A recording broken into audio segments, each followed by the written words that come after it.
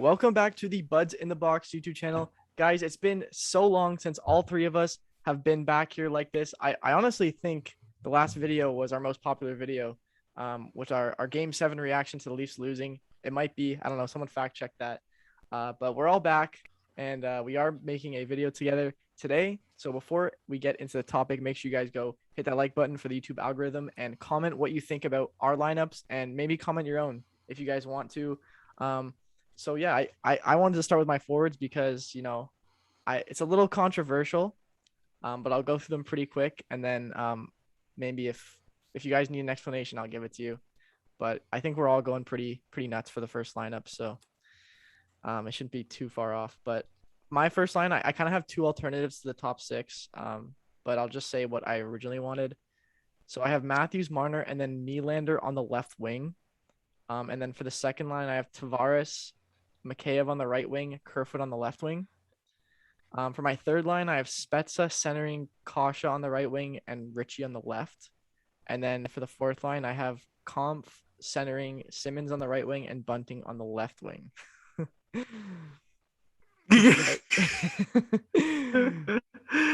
Oh, nice, man. No, that's a good lineup. It's a good lineup. Yeah. Okay. Let's hear Never yours then. happened. What? Well, no, I don't think they would put Nylander with Matthews and Marner. What made you do that? See, Because it I was don't just think like, they would. it's like, why not? Like, obviously Nylander would love to do that. And I mean, just seeing all three young guns like kind of growing up together and playing on the same line. I know. It just kind of leaves Tavares out, though. Like, Yeah. See, Tavares needs to have a right winger. I You thought I'd get know, that like, reaction, but I had my alternative was this is where it gets crazy. Okay. I had Matthews centering Marner on the right wing and then Mikheyev on the left wing. What do you think about that? Mikheyev's too high. That's what I think. Okay, but like, You're a bit too high on Mikheyev right now, to be honest. okay, but think about it. Think about it. He can't Right? finish. What? He can't finish.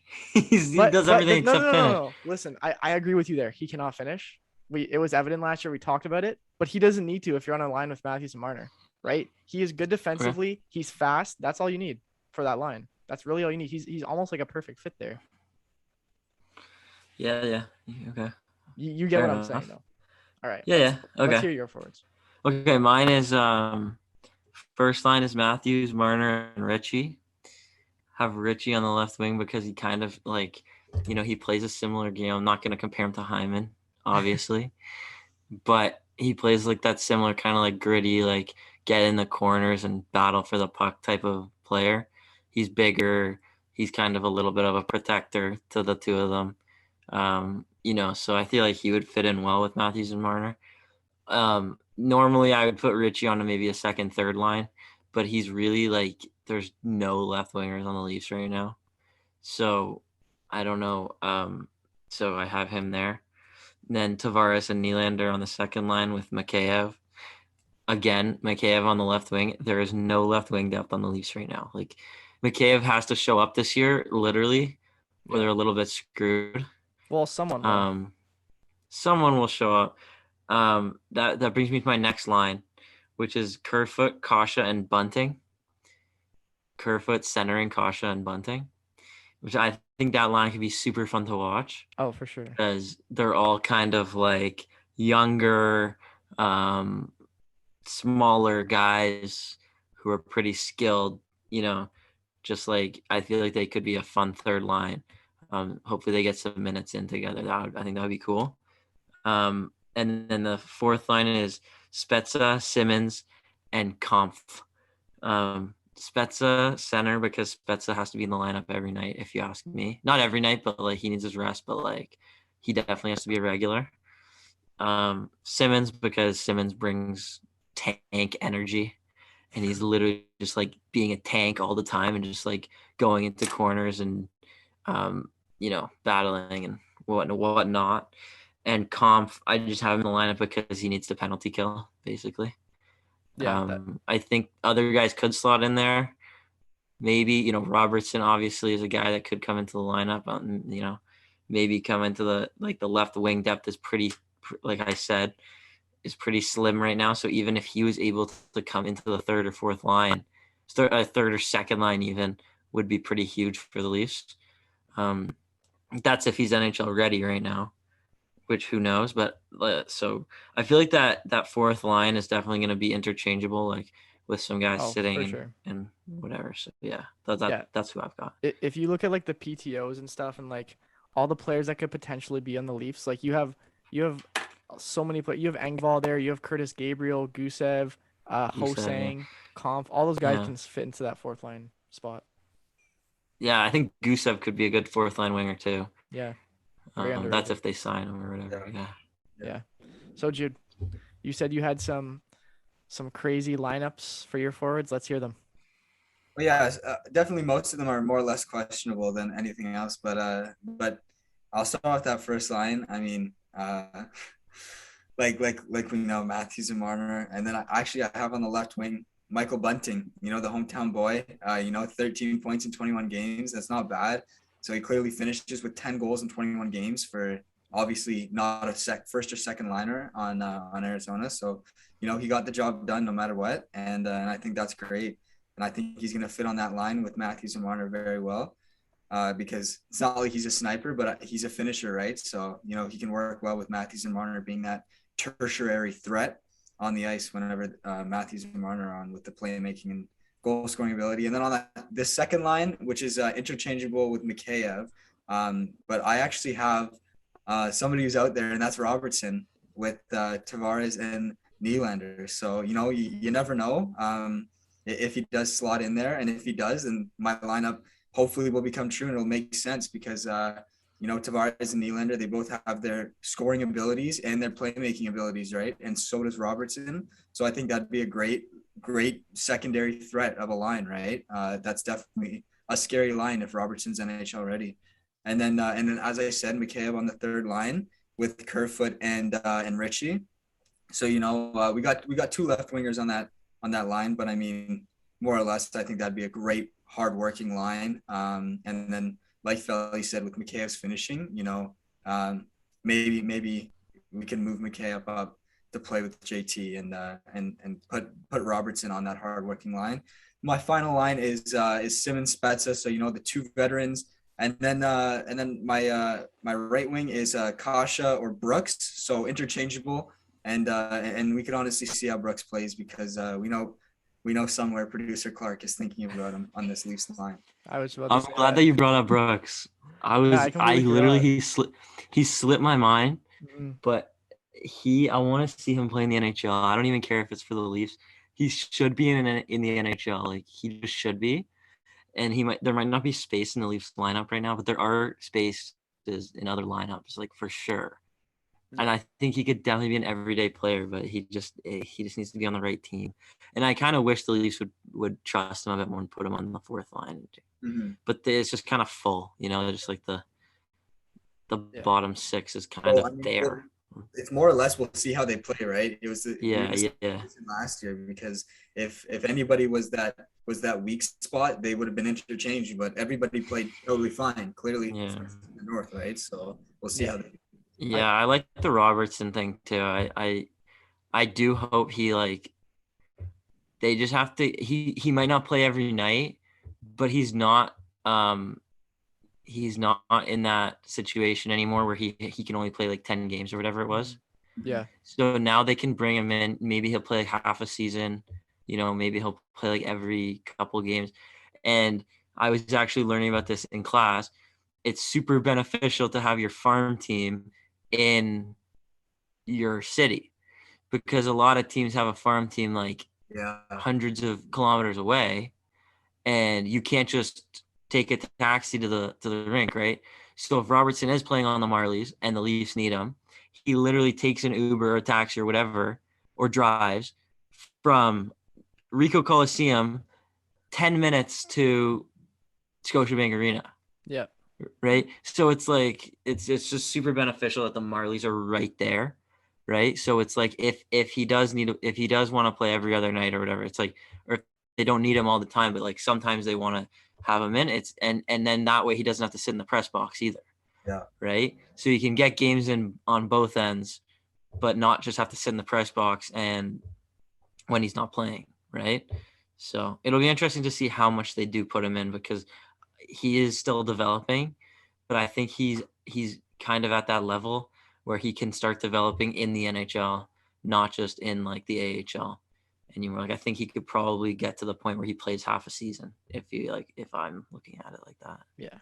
I do agree with you there. The only thing I'd be worried about is like the COVID situation, like, going back and forth with teams. I don't know how that's gonna work.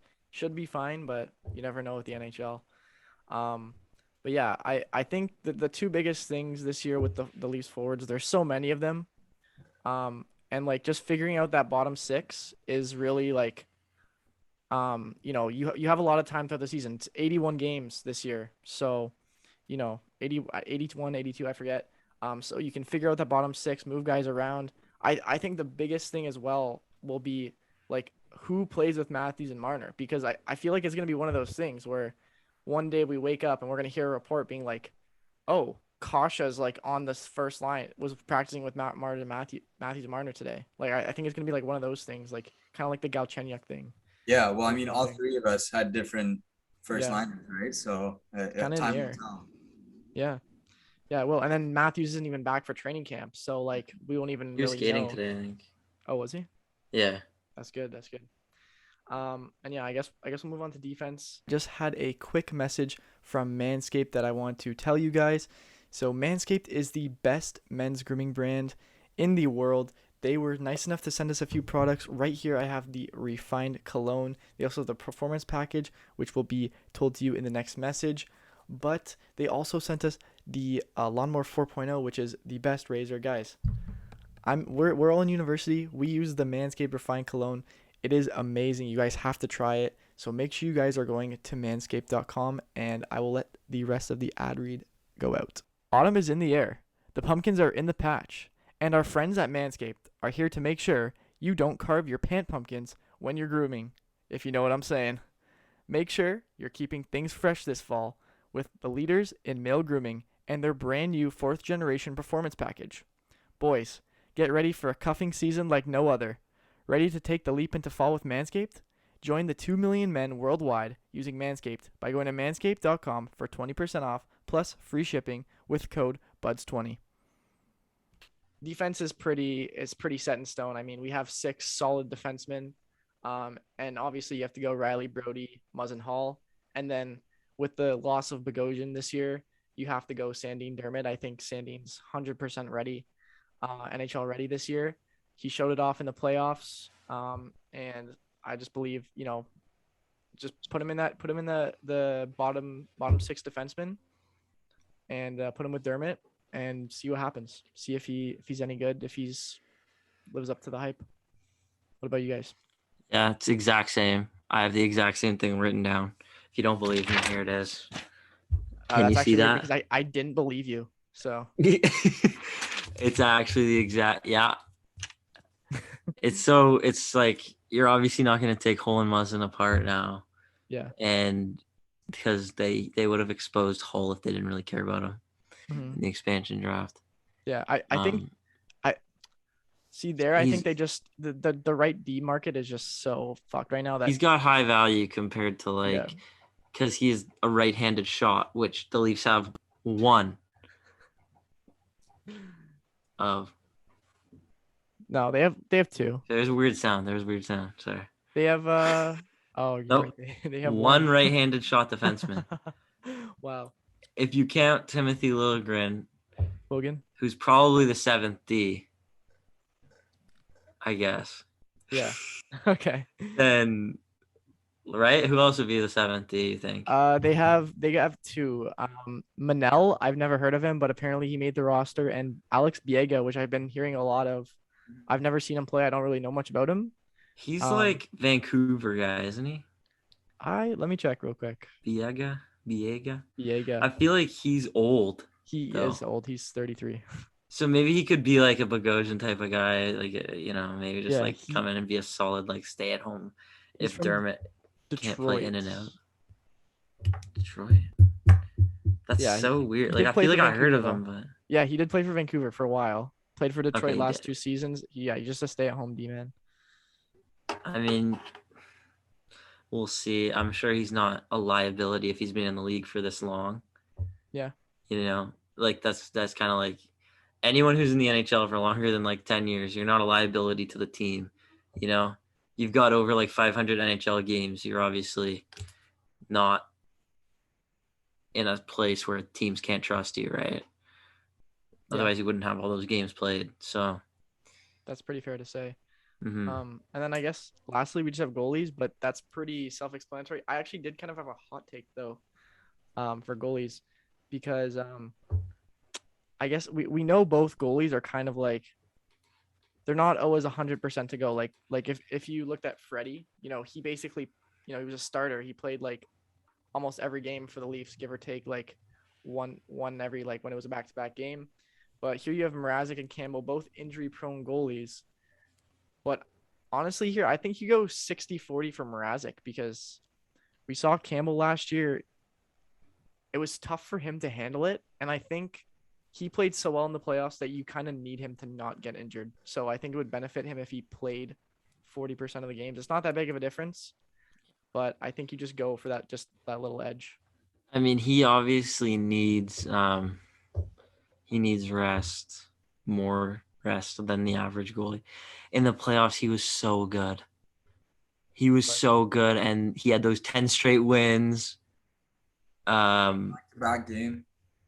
He played back-to-back games in the playoffs. He was so good. But you can't overuse him. He's that type of goalie. You just can't overuse him. Like, he's good enough to be a starting goalie in the NHL, 100% in my eyes. He is a starting goaltender, but I wouldn't say 60-40 for him. I'd say 50-50 is good. Like, I would say they literally rotate in and out of games just so you get an extra little rest. And for him, I think that'll make him be even more effective than if he were to be a starting goalie and get 70-30 or like 60-40 for him. Because he's not fully healthy all the time, and he does have issues with injuries. And Mrazek is also a great goalie, and we've seen it against the Leafs at times a couple of years ago. I think his name was like David Ayers or something on Carolina. He was like, he's on the Leafs now, I think. He's like really good. So I think they'll probably split with him too. So I'm not sure about it.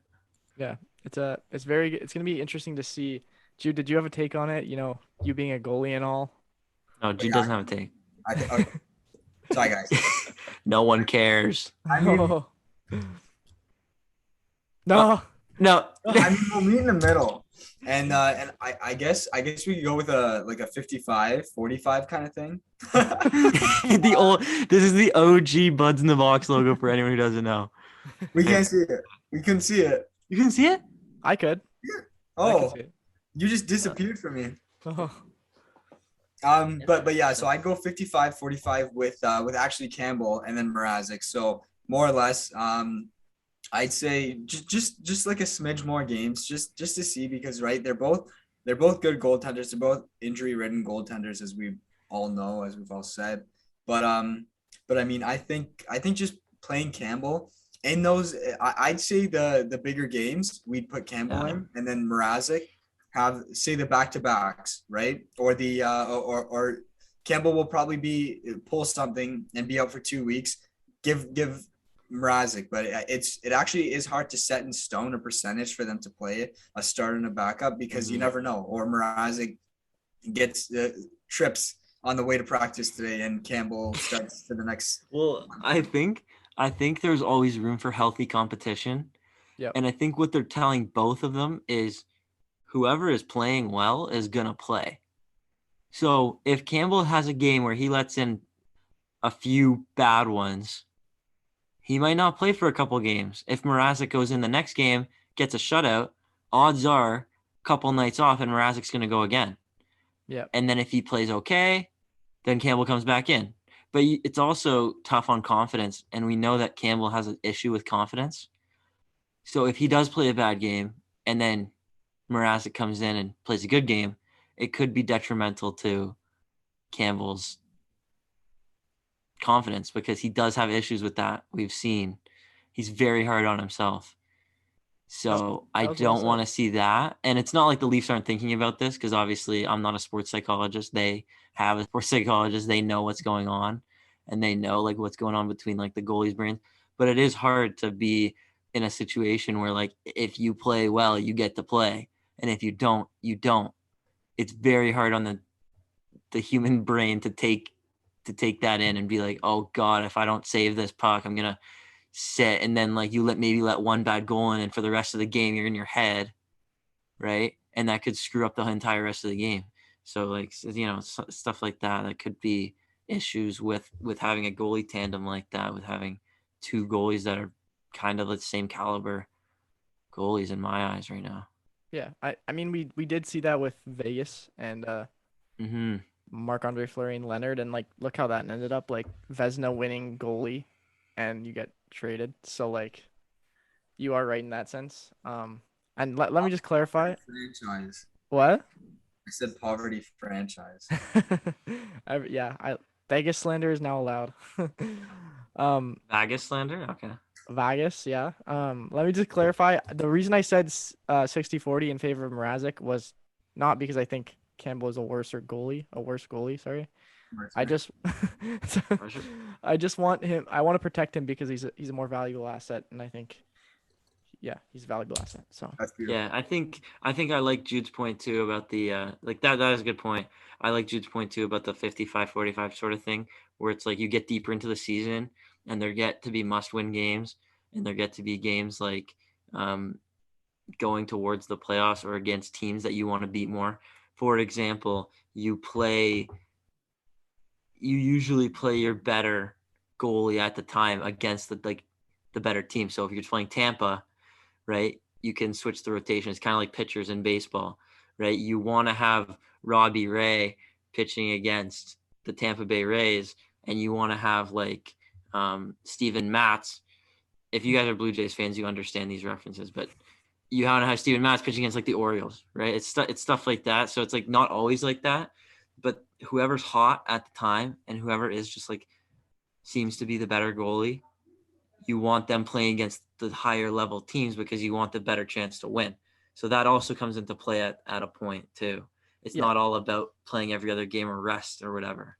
yeah. I think they also trust Campbell more. I mean, we saw it last year just They watching the do. games. You can tell Freddie Anderson was in net. No one played for him, but Campbell has so much heart. Everyone just plays for him and Yeah. trusts him.